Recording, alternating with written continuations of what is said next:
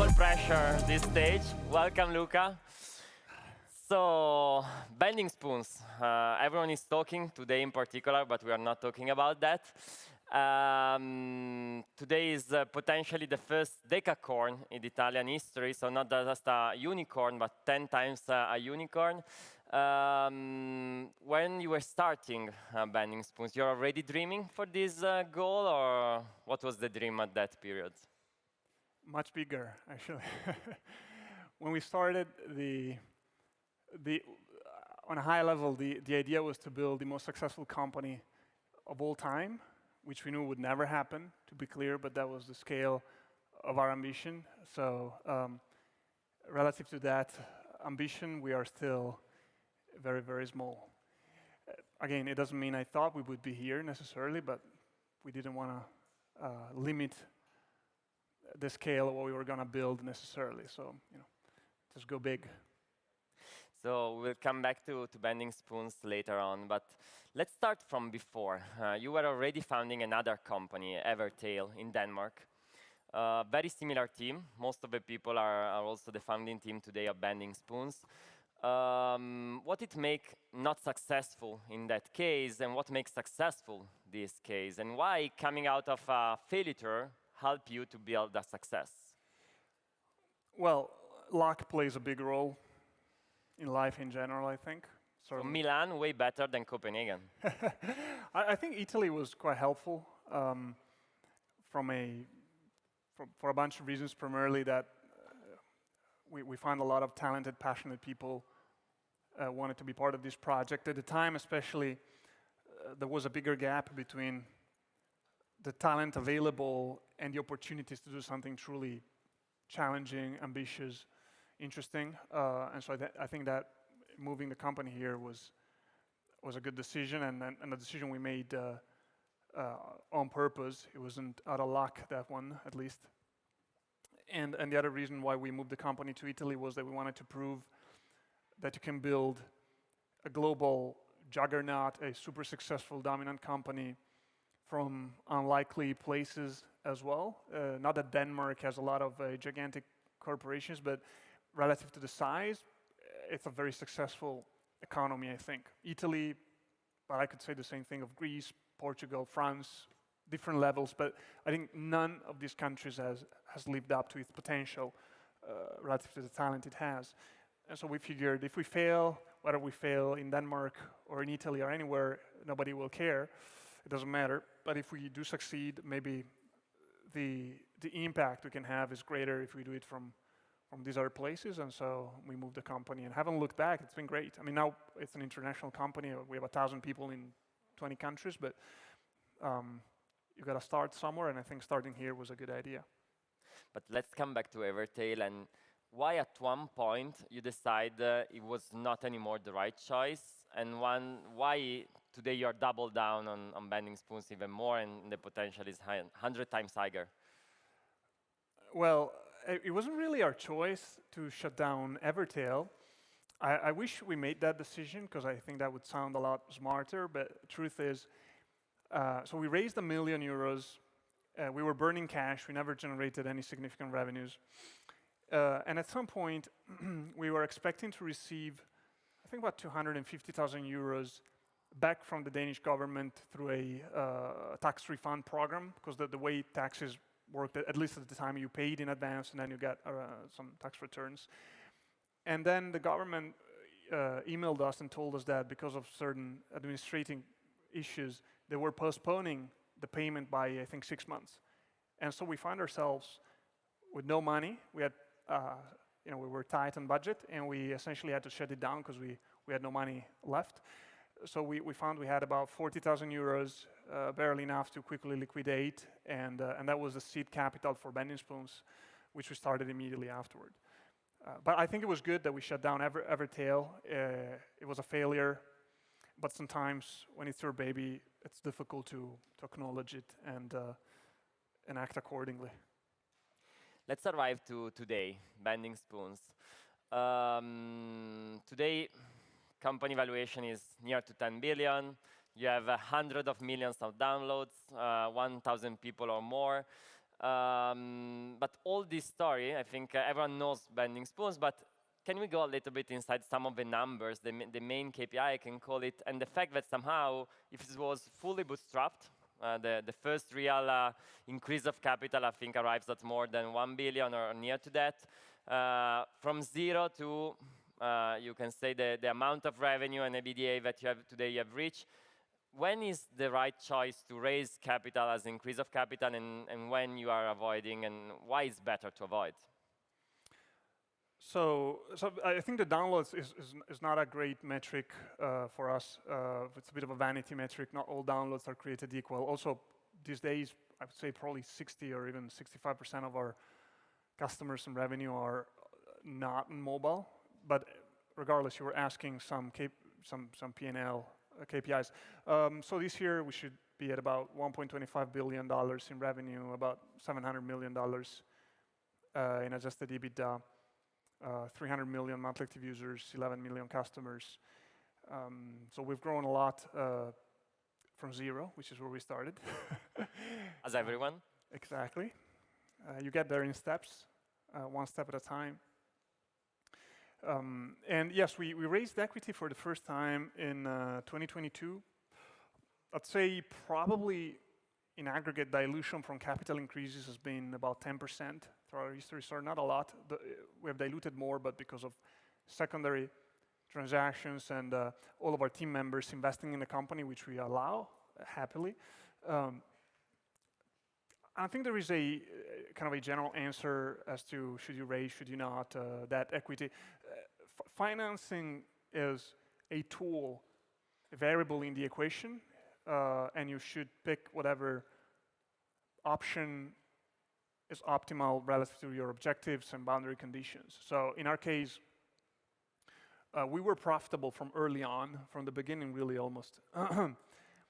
We were confident in what we were doing, and equity investors were not confident in what we were doing.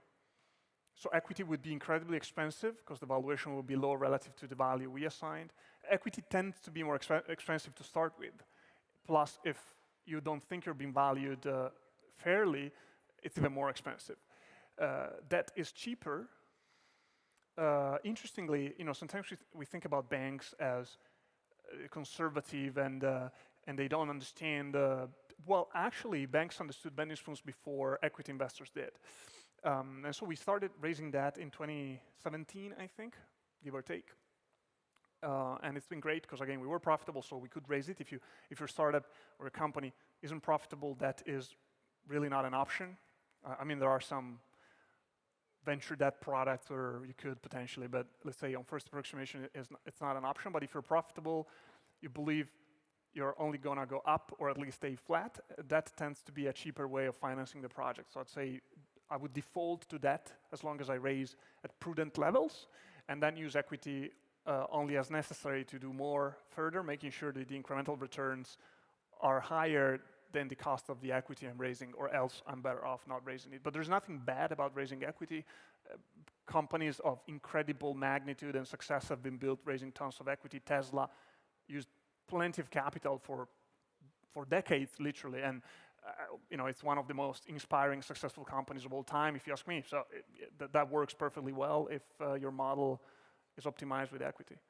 But let me underline, for sure, the risk that new capital increase is becoming a vanity matrix is something that between startups is very common to say, if we are not raising, somehow it's not cool, so let's just announce the new round and let's not focus on building a BDA, and how you have balanced the growth. If I can interject, yes. I've noticed that the better the company, the less that phenomenon is real. Because if you really believe what you're building has legs, the fundamentals are right, it can go places. Every time you raise equity, it'll be like being stabbed in the heart. It should be really painful. If you seek to raise as much as possible, it means probably you're not so confident that you can raise more at better valuations 5 years from now. You want to seize the moment. There's nothing immoral about it, but I'm always a little bit skeptical when people are so eager to raise as much as possible, as quickly as possible. Fully agree with what you just said. Let's come back to another KPI that I think is very important in bending spoons. That is the number of application. You receive around 150,000 application to work for bending spoons. Sorry, maybe way more. So please give me an update number. 700,000 this year. 700,000. I was making a big mistake. And you are attracting people from all over the world that want to come to work for an Italian company. This is something when we are talking about international ecosystem, a lot of time is, yes, but where Italy in the global landscape, no? How you have been able to attract 750,000 people that from all over the world want to apply to work for you? Well, first, you get there in steps. Like I said before, we probably had 10 applications the first year. I think you should think about the jobs you offer as a product. Possibly your most important product, I don't know. It's a close tie with the customer-facing product. And if you look at it through that lens, it's a lot easier to be successful at recruiting. Because all of a sudden you stop thinking that people should be wanting to work with you, and you try to make it an appealing proposition. So start thinking about, is this a great culture? Are the opportunities exciting? Is compensation highly competitive? Career progression? It's easy to empathize. Like, stand in the shoes of people looking for a job. What would they look for? Try to be intellectually honest about it. It's not big secret. It's always the same 4 or 5 things, depending on the individual. Some people are more mission-driven, some people are more money-driven, some people are more career-driven, some people want to work with incredible colleagues on challenging things. Choose your customers in a way, be excellent at a couple of those things, flexibility. You could be a company where people don't work a lot. That could be a proposition. Yeah, so just know who you want to be excellent at a couple of things, at the best you can be. Send a clear message out there, and then keep improving and iterating. And naturally, then there's so much you can do. The more successful the business is, the easier it is to attract people. If your strategy is super efficient at creating value, you can pay more because the value of an incremental man-hour invested is greater, and so you can be. So you can't attract the same number of people, the same quality of people with any business, but you can get the most out of whatever you're building if you just focus on it from this perspective, I think. Luca, today you are receiving 750,000 applications, but when you start, how you start? You were telling me, I think, this anecdote some weeks ago in a project that we'll announce later, how you attract the first 10 people and how you were able, because I think we have many, many founders in this room today, and somehow the dream is arriving to 750,000, but how you attract the first few? We just sought out the contact details of some of the best graduates in Italy at the time, and I just started calling them. I pestered them until a handful agreed to I would shut up. They agreed to join, and then over time, it only gets easier, basically. So, as a founder or anyone who's trying to get something done that's challenging, perseverance, a bit of planning goes a long way. I still remember, actually, that so we had already decided to move the company to Italy because we started in Denmark. We moved it there about a year into the project. So we started hiring. We're looking to hire 2 or 3 people. And I was still in Copenhagen, looking to move to Italy like a month later. And I had sent so many emails and trying to contact people. It was in the evening. I was running in Copenhagen. It was pretty cold. Copenhagen is pretty cold in general. I think this was probably the fall of 2013. And I was running. It was pretty chill. And finally, one of these people calls me back. And I remember I picked up and I spent like 1 hour on the phone with this person, like shivering. And then I got this massive flu out of it. But that person ultimately joined and was an important contributor. So just to say, you really need to want it badly and put in the work that's necessary to make it happen. And again, it's not a guarantee. Nothing in life is, but you improve your odds. But I remember that you said me that you were calling like 400 candidates one by one yourself to try to say, taking a list of people who take a degree in some of a good university and calling back one by one. And each was special. Obviously. So you are also angel investors. You have part of Italian Fund Fund. You are part of many projects. How, if you are suggesting to a young talents want to build an AI company today, starting from Italy, what should we start and how? Yeah, I don't do a lot of angel investment at all, actually, but I've done a few investments. Um, I don't think I've ever found a company that was successful and where the, let's say, the original vision or strategy was suggested by someone. Like you need an insight and or a lot of passion and or a ton of very specific competence in that area to have a really good shot at building a successful company. And so I'm very unlikely to be able to provide that to anyone. Any major insight we have on AI, we're trying to make the best of it at Bending Spoons. You know, that's ultimately my mandate, is to try to help the company do as well as possible. So I don't think I can answer this question in a useful way for people. But try to be specific. Decide specifically what you want to do. Then you can change that if it doesn't work, but try not to go after vague things. I always recommend starting from the end. What's your goal? What you want to achieve? Not just in business, again, anything in life, anything. And then move backward. Try to establish the most accurate model of reality you can. A bit like you do in physics, gravity, electromagnetism, and it doesn't have to be formulas, but principles that explain the things around you, and then seek the truth as much as possible. You probe reality as you live your life, and every time something happens that's not explained well by your model, you question the model and you try to make it better. Iterate on that, and over time you'll be much better at making decisions and getting to where you want to go. And then I'd say, last but not least, focus as much as possible on the inputs rather than the outputs. So with inputs, I mean, imagine life as this big messy machine, your objective on the other side, and there are certain things you can feed the machine, or levers you can pull, knobs you can turn, fuel you can pour into it. Not everything is under your control.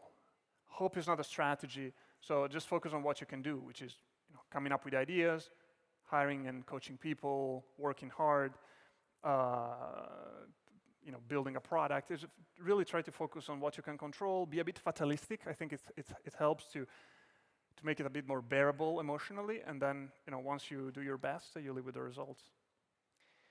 I was interviewing you a few weeks ago for a project that we are very happy to announce today here on the stage, that is a startup school. Why? Because I think from this conversation what really come out is that we are talking a lot about how to make company, in particular in US. A lot is talking, and all the culture on how to make a startup is coming out of US, but making it in Italy, in Europe, is way different. It's very different to understand how to make a company here. The hiring is different, the fundraising is different. Everyone has his own story, and I think this is something very important. But at the end, listening stories, but is way more to you, is something that helps you to understand how to get from 0 to 1. But at the end, for a founder, is one of the most difficult. I have an idea, I see a potential, but how it transform into a reality. And so at Stalin Garden, together with Italian Founders Fund, with some partner, we have decided to build this AI startup school, and we have a small video that we can launch now to present and to try to tell how to make a company in Italy, and try to interview who has done in Italy in the last years. Because I think that the real difficulty is understanding from Luca, from founder of WeRoad, of Serenis, of different Uno Bravo and many others, how to really make today happen to make a company in Italy. I don't know if you have the video. Maybe.